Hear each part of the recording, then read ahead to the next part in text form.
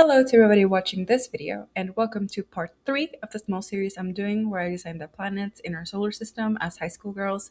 I mentioned previously that I'm going in chronological order, and in case you don't remember it because it's been a while since you've been in middle school, then here it is. Unlike in my previous videos where I had to make a quick Google search and research a little bit also to see which characteristics of the planets I wanted to include in my designs, for this one, I just used the knowledge I already had about Earth because I like to think that it also reflects about where I live. Sorry, that's a little bit passive aggressive. And also, sorry for mentioning my videos so much, but if you saw my last one, then you'd know that for Venus, I just kind of went straight into it, which caused me a lot of stress in the long run. So for this one, I was like, yeah, no, not again. So I planned the sketch a few days prior.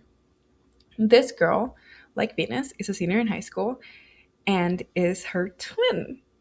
I made her a twin to Venus because it's sometimes referred to as the Earth's evil twin. So it seemed fitting, like you can see it. Also, if you guys want to come up with names for these OCs, feel free to leave them in the comments. I'd love to see what you guys come up with. I have not been able to come up with like a creative name for them. But anyways, before I explain my design decisions, I need to tell you which facts I decided to include in my drawing. So first, the main colors of our beautiful planet, so blue and green. Second, land pollution and littering. And then 3, good climate. 4, the 4 elements. And 5, environmentalism. I want to explain these in chronological order since I don't think that matters too much. I'll start with environmentalism. This movement, at least as we know it today, began in the late 1960s and it became more mainstream in 1970. A while ago, I learned that ecological awareness has been around for at least 5,000 years. However, for centuries, as we know, we have been harming our planet through the different types of pollution, deforestation, overfishing, excessive hunting, etc. As a response, people deeply concerned for our planet started environmentalism, where they sought to protect the Earth from harmful human activity. This girl is definitely environmentally conscious. She took AP and IB Environmental Science, and is all for the movement that I just mentioned. She started an environmental club at her high school where she seeks to educate her fellow classmates who have not taken the classes that she has about how to live a more sustainable lifestyle. Furthermore, she organizes several campus cleanups throughout the school year. Not a lot of people participate, but she always makes sure to keep the campus clean and free from littering. Littering can cause land and water pollution, so she takes those cleanups very seriously. In her physical appearance, I decided to give her a subtle nod to the environmentalist movement by giving her clothes that a member would wear at the time, but with a more modern feel. I incorporated the good climate portion into her personality and facial expression. She is generally happy, but don't poke the bear. She loves helping out her classmates and often hosts different tutoring sessions for those who struggle with science. I don't think I need to explain the first fact, so I'll finish this section with the fourth bullet point, which goes hand in hand with it. So, I wanted her main color to be blue, but you will see this in the color section of the video. For now, let me primarily focus on the line art. I drew her with her hair half up, half down. I wanted her buns to kind of represent mountains, and for the loose strands to represent the wind. I know that sounds very, very cheesy, but I thought it would look cute and I thought that it would get the point across. And I wanted to resemble it, at least in its structure. Obviously, animals are not elements, but I wanted to add in this section that I gave her a little butterfly brooch to represent fauna. Now for the colors, for the silk strands she used to tie her buns, I coded a light blue to further give the illusion of wind. Of course, the wind is clear, but you get the picture, hopefully. Then I gave her a green shirt for obvious reasons, to represent grass. I gave her an orange belt to represent fire. Oh, and by the way, I struggle with orange and brown. It's very hard for me to differentiate the two colors with certain shades.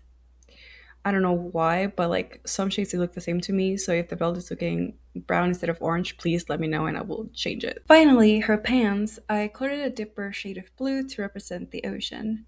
However, again, you guys will see this in the coloring section of the video. Unlike when I was drawing Venus, I actually had a lot of fun drawing the liner for this one. I didn't record the process because it would be a lot of zooming and stuff like that, and I don't want to make you guys dizzy. But anyways, about the liner, I haven't really enjoyed drawing the liner at all. But lately, I've been reading a webtoon by a creator whose art is amazing, and with each new chapter, I find myself micro-analyzing how they color and the line work to see if I can learn something. Because I like their line work so much, and I can see that theirs is not 1,000% clean, I realized that mine doesn't have to be so too in order for the art to at least look viewable. Obviously, I want to improve a lot, but getting there. So I'll like it from now on, I think. I also think it's better to like all of the processes in art in order to progress, because it's so much harder to get better at something when, at least for me, when I'm like, oh, I have to do this now, instead of like, oh, I have to do this now. Let me get into it. Of course, a person can still improve on something if they just keep practicing, even if they don't like it. However, for me, because drawing is my hobby, I find it that I progress faster on something when I like it, because I see it less as a chore and more of like, oh, let me do this now. So that's why I said it. For instance, I feel like I'm better at drawing faces than I am at drawing bodies, because for a long time I just felt way more comfortable drawing faces. I was like, okay, I don't wanna draw a body and then ruin the sketch, basically. And that's something that I'm really enjoying with this little series and challenge that I'm doing, because I want you guys to see the clothes. I am drawing them in different poses where you can see the entire body. And with the later designs, I really want to practice drawing angles that I'm not really comfortable drawing so that I can improve in those as well.